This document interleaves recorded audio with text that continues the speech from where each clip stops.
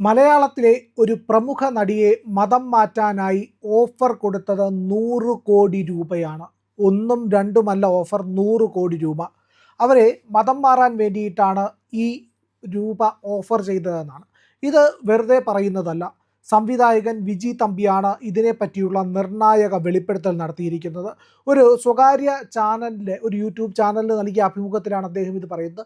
ഇതിനെ പറ്റിയിട്ട് media one ഓൺലൈനും report ചെയ്തിട്ടുണ്ട് എന്നുള്ളതാണ്. മാധവിക്കുട്ടിയുടെ മതം മാറ്റവും അദ്ദേഹം എടുത്തു പറയുന്നുണ്ട് എന്നാണ്. ഈ നടിയെ പറ്റിയിട്ട്, അതായത് 100 കോടി രൂപയുടെ ഓഫർ വന്ന നടിയെ പറ്റിയിട്ടും അദ്ദേഹം പറയുന്നുണ്ട്. അവരെ പറ്റിയിട്ടും ആളുകളുടെ പേരും അതിൻ്റെ ഇടപാടും ഒക്കെ വ്യക്തമായി അറിഞ്ഞിട്ട് തന്നെയാണ് താൻ ഇത് പറയുന്നത് എന്നാണ് വിജി തമ്പി പറയുന്നത്. ഒപ്പം മറ്റൊരു കാര്യം കൂടി പറയുന്നുണ്ട്. ഞങ്ങൾക്ക് തങ്ങളിൽ അറിയാം, എനിക്ക് അവരെയും അവർക്ക് എന്നെയും അറിയാം, അതുകൊണ്ട് ഞാനിപ്പോൾ ആ പേര് പറയുന്നില്ല. അങ്ങനെയാണ് വിജി തമ്പി ആ സംഭാഷണം തുടങ്ങുന്നത് തന്നെ. മാത്രവുമല്ല, വിജി തമ്പി ഗുരുതരമായ മറ്റു ചില കാര്യങ്ങൾ കൂടി പറയുന്നുണ്ട്. മാധവിക്കുട്ടിയെ മതം മാറ്റാൻ വേണ്ടി അന്ന് ചിലവഴിച്ചത് 20 കോടി രൂപയാണ്. 20 കോടി രൂപ നിസ്സാര തുകയായിരുന്നില്ല അന്ന് എന്നുള്ളത് നമുക്കറിയാം. ഇന്നത്തെ 100 കോടി, അന്നത്തെ 20 കോടി എന്നുള്ളതേ ഉള്ളൂ. അപ്പോൾ ഏതായാലും ഇത്തരത്തിൽ ഈ പറയുന്ന നടിയുടെ പേരോ അവരുടെ വിവരങ്ങളോ വിശദാംശങ്ങളോ ഒന്നും വെളിപ്പെടുത്താതെയാണ് വിജി തമ്പിയുടെ ഈ വെളിപ്പെടുത്തൽ, ഈ പറയുന്ന കൃത്യമായ വിവരങ്ങൾ പുറത്തേക്ക് പറയുന്നത് എന്നുള്ളതാണ്. മാധവിക്കുട്ടി ലവ് ജിഹാദിൻ്റെ ആദ്യത്തെ ഇരയാണെന്ന് കൂടി അദ്ദേഹം പറഞ്ഞു വയ്ക്കുന്നുണ്ട്. ഒരു ഐക്കണാക്കി മാറ്റി, അതായത് ഇസ്ലാമിലേക്ക് മതം മാറി വന്ന വ്യക്തിയായി മാധവിക്കുട്ടിയെ കാണിച്ചുകൊണ്ട് അതിനെ ഉയർത്തി കാണിച്ച് മറ്റുള്ളവരെ കൂടി അതേ പാതയിൽ കൊണ്ടുവരാനുള്ള ഒരു ശ്രമമായിരുന്നു അന്ന് നടന്നത് എന്ന് വിജി തമ്പി പറയുന്നുണ്ട്. അതുമാത്രവുമല്ല, വിജി തമ്പിയുടെ മറ്റൊരു വെളിപ്പെടുത്തൽ എന്ന് പറയുന്നത്, ഇത് നേരത്തെ തന്നെ പലപ്പോഴും നമ്മുടെ സോഷ്യൽ മീഡിയയിലും വാർത്തകളിലും ഒക്കെ വന്നിട്ടുള്ളതാണ്. മാധ്യമപ്രവർത്തകയായ ലീല മേനോനോട് മാധവിക്കുട്ടി തൻ്റെ അന്ത്യകാലത്ത് പറഞ്ഞിരുന്നു അത്രേ. അതായത്, ഞാൻ ജീവിതത്തിലെടുത്ത ഏറ്റവും തെറ്റായ തീരുമാനമായിരുന്നു, ഏറ്റവും വലിയ തെറ്റായിരുന്നു ഇസ്ലാമിലേക്ക് മതം മാറിയതെന്ന്. അങ്ങനെ മതം മാറാൻ പാടില്ലായിരുന്നുവെന്നും അതിൽ അവർ നിരാശയായിരുന്നുവെന്നും ദുഃഖിതയായിരുന്നുവെന്നും പശ്ചാത്തപിച്ചുവെന്നും പറയുന്നുണ്ട്. അതായത്, ഇവരുടെ ദുഃഖം എന്ന് പറയുന്നത് മതം മാറ്റത്തെ പറ്റിയാണ്. ഒരിക്കൽ ഞാൻ പുനത്തിൽ കുഞ്ഞബ്ദുള്ളയുടെ ഒരു ഇൻ്റർവ്യൂവിൽ കാണാനിടയായിട്ടുണ്ട്. അദ്ദേഹം പറയുന്നുണ്ടായിരുന്നു, മാധവിക്കുട്ടിയെ പറ്റി പറയുകയാണ്. ആ അഭിമുഖത്തിൽ പുനത്തിൽ ഇങ്ങനെ പറയുന്നുണ്ട്. അതായത്, മാധവിക്കുട്ടി ഇസ്ലാം മതത്തിലേക്ക് വന്നത് എന്തിനാണെന്ന് മനസ്സിലാകുന്നില്ല. ഇസ്ലാം മതത്തിൽ സ്ത്രീകൾക്ക് ഒരുപാട് നിയന്ത്രണങ്ങളുണ്ട്, ഒരുപാട് കൂച്ചുവിലങ്ങുകളുണ്ട്. അതിലേക്കാണ് മാധവിക്കുട്ടി വന്നത്, അതും ഹിന്ദു മതത്തിൽ നിന്ന്. ഇത് പറഞ്ഞതിന് ശേഷം പുനത്തിൽ കുഞ്ഞബ്ദുള്ള ഒരു കാര്യം കൂടി പറയുന്നുണ്ട്. ഞാനൊരു ഇസ്ലാമാണ്, അതിൽ ഞാൻ അഭിമാനിക്കുന്നുണ്ട് എന്ന്. അതായത്, പറഞ്ഞ കാര്യം പറഞ്ഞു കഴിഞ്ഞപ്പോഴായിരിക്കണം പുനത്തിൽ കുഞ്ഞബ്ദുള്ളയ്ക്ക് പെട്ടെന്ന് ഓർമ്മ വന്നത്, അയ്യോ, ഇത് മതത്തിനെതിരായിട്ടുള്ള പരിപാടിയാണല്ലോ പറഞ്ഞു പോയത്, ഇതിൽ പിന്നീട് എന്തെങ്കിലും പ്രശ്നമുണ്ടായാലോ എന്ന്. അതുകൊണ്ട് അദ്ദേഹം കൂട്ടിച്ചേർക്കുകയാണ്, ഞാനൊരു അഭിമാനിയായ മുസ്ലിമാണ് എന്ന്. ഏതായാലും അതവിടെ നിൽക്കട്ടെ. ഇത് വിജി തമ്പി മാത്രമല്ല പറഞ്ഞിട്ടുള്ളത്. മാധവിക്കുട്ടിയുടെ കാര്യം മുൻപും പലരും പറഞ്ഞിട്ടുണ്ട്. AP അഹമ്മദിനെ പോലെയുള്ള സാംസ്കാരിക നായകന്മാർ ഇതിനെ പറ്റിയിട്ട് വ്യക്തമായി പറഞ്ഞിട്ടുണ്ട്. അദ്ദേഹം അന്ന് പറഞ്ഞത്, സൗദി അറേബ്യയുടെ ജായരാത്തിൽ നിന്ന് ഇവിടേക്ക് ഓഫർ വന്നത് $10 ലക്ഷം ആയിരുന്നു എന്നാണ്. അതായത്, ഏതാണ്ട് കൂട്ടിക്കിഴിച്ചൊക്കെ നോക്കിയാൽ ഏതാണ്ട് വിജി തമ്പി പറഞ്ഞ 20 കോടി തന്നെയാണ് ഏതാണ്ട് വരുന്നത്. അന്ന് അഹമ്മദ് ഭാഷ കൃത്യമായിട്ട് മറ്റു പേരുകളും പറയുന്നുണ്ടായിരുന്നു. സമദാനിയുടെ പേരും ഒക്കെ തന്നെ പറയുന്നുണ്ട്. കമലിൻ്റെ സിനിമയെ പറ്റിയിട്ടും ഒക്കെ വ്യക്തവും സ്പഷ്ടവുമായിട്ട് പറയപ്പെടുകയും ചെയ്തിട്ടുണ്ടായിരുന്നു. അന്ന് സമദാനിക്ക് രൂപത്തിലേക്ക് ഏതാണ്ട് അതുപോലെയൊക്കെയാണ് എന്നും AP അഹമ്മദ് മാഷ് തൻ്റെ പ്രസംഗത്തിൽ പറയുന്നുണ്ട്. ആ പ്രസംഗവും ഇന്ന് യൂട്യൂബിൽ അവൈലബിൾ ആണ്. എല്ലാ പരസ്യ മാധ്യമങ്ങളിലും അത് ലഭ്യവുമാണ് എന്നുള്ളതാണ്. അങ്ങനെ മാധവിക്കുട്ടിയെ മതം മാറ്റി കൊണ്ടുവന്നിരിക്കുന്ന ഒരു മഹാനായികയെ, ഒരു മഹാസാഹിത്യകാരിയെ, വിശ്വസാഹിത്യകാരിയെ ഇതാ ഇസ്ലാമിലേക്ക് കൊണ്ടെത്തിച്ചിരിക്കുന്നു എന്നുള്ളതായിരുന്നു അന്ന് കേട്ട ഏറ്റവും പ്രധാനപ്പെട്ട വിമർശനം. അതിനെ തന്നെയാണ് വിജി തമ്പിയും എടുത്തു കാണിക്കുന്നത്. ഒന്ന് നോക്കൂ. അതായത്, ഇസ്ലാം മതത്തിലേക്ക് മതപരിവർത്തനം ചെയ്യാനായിട്ട് നടക്കുന്ന ലവ് ജിഹാദിൻ്റെ പ്രക്രിയയുടെ ഒരു തുടർ ചലനം മാത്രമാണിത്. അതായത്, മാധവിക്കുട്ടി, അതുപോലെ മറ്റൊരു നടി. ഈ നടിയുടെ പേര് എന്ന് എടുത്ത് പറയുന്നില്ലെങ്കിലും പ്രമുഖ നടി എന്ന് പറയുന്നുണ്ട്. മലയാളത്തിൽ പ്രമുഖ നടിമാരും പ്രശസ്ത നടിമാരുമായിട്ട് എത്ര പേരുണ്ട് എന്ന് നമുക്ക് കൃത്യമായിട്ടറിയാം. അതിനെയെല്ലാം അവലോകനം ചെയ്യുമ്പോൾ ആരായിരിക്കാമെന്ന് നമുക്ക് വളരെയധികം ഊഹിച്ചെടുക്കാൻ പലപ്പോഴും കഴിഞ്ഞെന്ന് വരും. അത് ആര് എന്ന് നമ്മൾ വിളിച്ചു പറയേണ്ട കാര്യം പോലും ഉണ്ടായെന്നും വരില്ല. കൃത്യമായി തന്നെ ആരാണ് എന്താണ് എന്നൊക്കെ നമുക്ക് മനസ്സിലാക്കിയെടുക്കാൻ കഴിയുന്നതേ ഉള്ളൂ.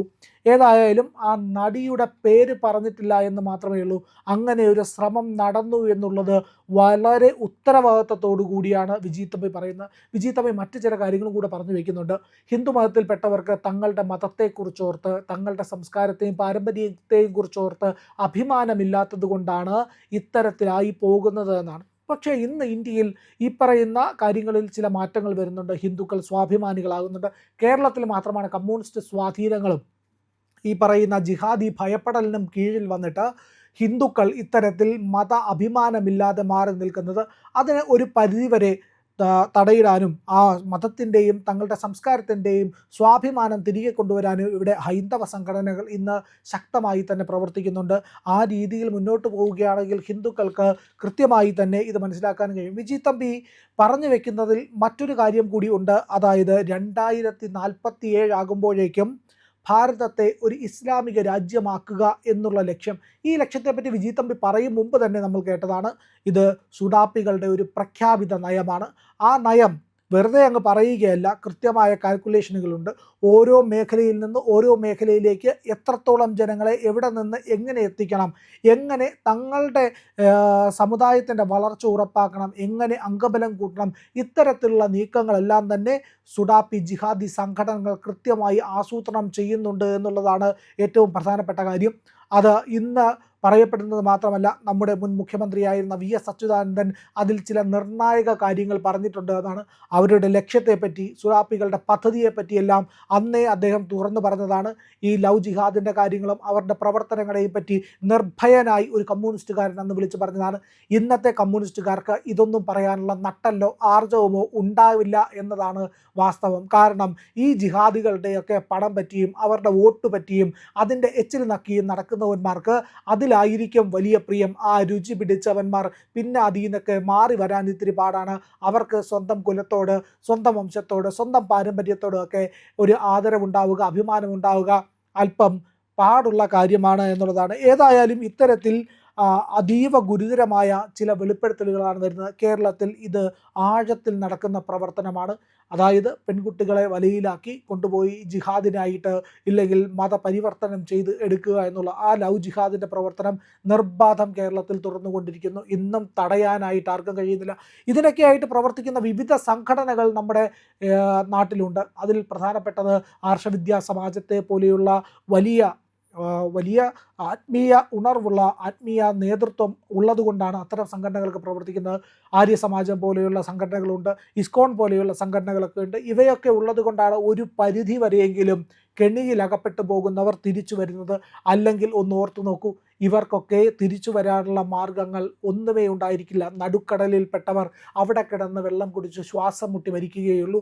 അപൂർവം ചില സംഘടനകൾ ഉള്ളതുകൊണ്ട് മാത്രം, ഇത്തരത്തിൽ പ്രവർത്തിക്കുന്നത് കൊണ്ട് മാത്രമാണ് അല്പമെങ്കിലും ജാഗ്രത ഈ വിഷയത്തിലുണ്ടാകുന്നത്. ഇല്ലെങ്കിൽ അവിടെയും നിലനിൽപ്പ് വലിയ ഗുരുതരമായ പ്രശ്നത്തിലേക്ക് ചെന്ന് ഭവിക്കുമായിരുന്നു. ഏതായാലും ഈ പറയുന്ന കാര്യത്തിൽ നിന്ന് ഒന്ന് വ്യക്തമാണ്, നമ്മുടെ സിനിമാ ലോകം തീരെ സുരക്ഷിതമല്ല എന്ന് പറയുന്നത് ഒരു വലിയ നടി, പ്രമുഖ നടി, അവർക്ക് നിർണായക സ്വാധീനമുണ്ട്. ഇതെല്ലാം ഉണ്ടെന്നിരിക്കെ അവരെ സമീപിക്കാനും അവരുടെ മതത്തിൽ നിന്ന് അവരെ അടർത്തി മാറ്റാനും വേണ്ടി 100 കോടി രൂപ വാഗ്ദാനം ചെയ്യാമെങ്കിൽ ഒരു അവസരം തേടി വരുന്ന ഇതര മതസ്ഥനോട് അവർക്ക് എങ്ങനെയെല്ലാം അവർക്ക് മേൽ സമ്മർദ്ദം ചെലുത്താനാകും, എങ്ങനെയെല്ലാം മതം മാറ്റാൻ പ്രേരിപ്പിക്കാൻ പറ്റും. അത് ഒരു സാധാരണക്കാരനോടാണെങ്കിലോ, അപ്പോൾ ഇതൊന്നുമല്ല വളരെ ബുദ്ധിമുട്ടുന്ന ഒരു ദരിദ്രനോടാണെങ്കിലോ അവർക്ക് ഏറ്റവും എളുപ്പം സാധാരണക്കാരെ ഇത്തരത്തിൽ വലയിലാക്കാൻ കഴിയുമെന്നാണ്. ഒരിക്കൽ പെട്ടാൽ ആ ഗ്യാങ്ങിൽ നിന്ന് പുറത്തേക്ക് വരിക അസാധ്യമായിട്ടുള്ള കാര്യമാണ്. കാരണം അവിടേക്ക് ചെന്ന ഒരാളും തിരിഞ്ഞു പോയി കഴിഞ്ഞാൽ അവരെ വെറുതെ വിടുന്ന പാരമ്പര്യം ഇല്ല എന്നുള്ളതാണ് ഏറ്റവും പ്രധാനപ്പെട്ട കാര്യം. അതിൻ്റെ ചരിത്രം കൂടി നമ്മളൊന്ന് പരിശോധിച്ചു നോക്കിയാൽ വ്യക്തമാകുന്ന കാര്യമാണ്. രാമസിംഹനും നരസിംഹനും എന്ന 2 സഹോദരങ്ങൾ, അവരുടെ വീട്ടുജോലിക്കാരൻ, രാമസിംഹൻ്റെ വധു തുടങ്ങിയവരെ എല്ലാം തന്നെ കൊന്നുകളഞ്ഞത് എന്തിനു വേണ്ടിയായിരുന്നു?